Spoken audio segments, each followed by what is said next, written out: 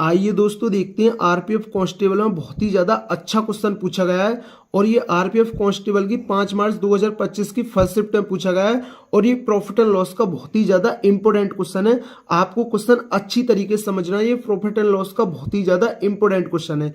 एक व्यापारी अंकित मूल्य पर 10% की छूट देता है और प्रत्येक 12 वस्तुओं की खरीद पर 3 वस्तुएं मुफ्त देता है और इस प्रकार उसे 20% का लाभ प्राप्त होता है। क्रय मूल्य पर कितने प्रतिशत बढ़ाकर अंकित मूल्य तय किया गया है? 2 दशमलव स्थानों तक मान बताइए, ठीक है ना।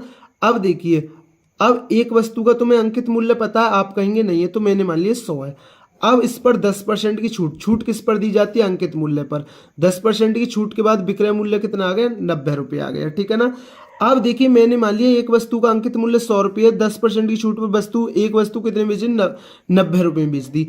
अब समझना, अब भाई 12 वस्तुओं की खरीद पर 3 वस्तुएं फ्री में देता है, ठीक है ना।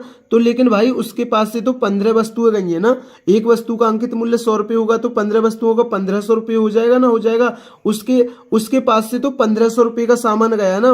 12 वस्तुओं की खरीद पर उसने 3 फ्री दिए हैं, लेकिन भाई प्रत्येक वस्तु का मूल्य तो 100 रुपये है, तो 12 और 3 15, तो 15 वस्तुओं का मूल्य कितना होगा? 1500 रुपये होगा, है ना। एक वस्तु का मूल्य कितना है? 100 रुपये, ठीक है ना। लेकिन अब उसने 12 वस्तुओं खरीद पर 3 वस्तुएं मुफ्त दी हैं, तो उसने 12 वस्तुओं का पैसा लिया और 3 वस्तु क्या दिए? फ्री में दिए।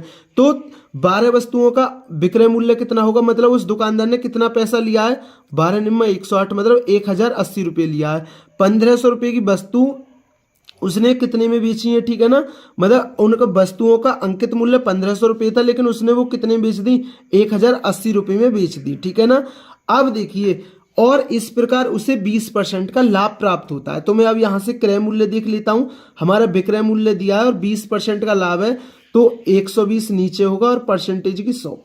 अब देखिए, यह चीज को समझिए, क्रय मूल्य से विक्रय मूल्य कैसे निकलता है और विक्रय मूल्य से क्रय मूल्य कैसे निकलता है और क्रय मूल्य से विक्रय मूल्य कैसे निकलता है।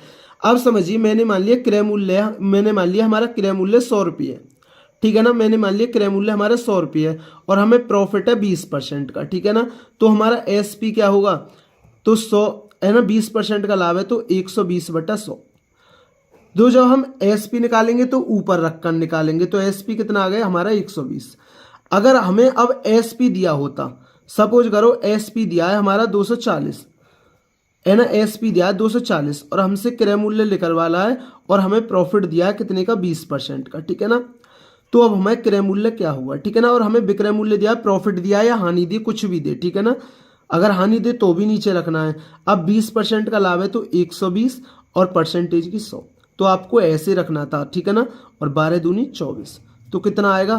क्रय मूल्य 200 रुपये आएगा, ठीक है ना। तो क्रय मूल्य कितना था? 200 रुपये था, ठीक है ना। 200 रुपये की वस्तु 240 की बेच दी, तो आपको 20% का लाभ हो गया, ठीक है ना। चाहे वो लाभ दे चाहे हानि दे, आपको ऐसे ही निकालना है। क्रय मूल्य से विक्रय मूल्य और विक्रय मूल्य से क्रय मूल्य ऐसे ही निकलता है, ठीक है ना। अब देखिए, यहां से सीपी कितना आ गया और 12 निम्मा 108, तो 900।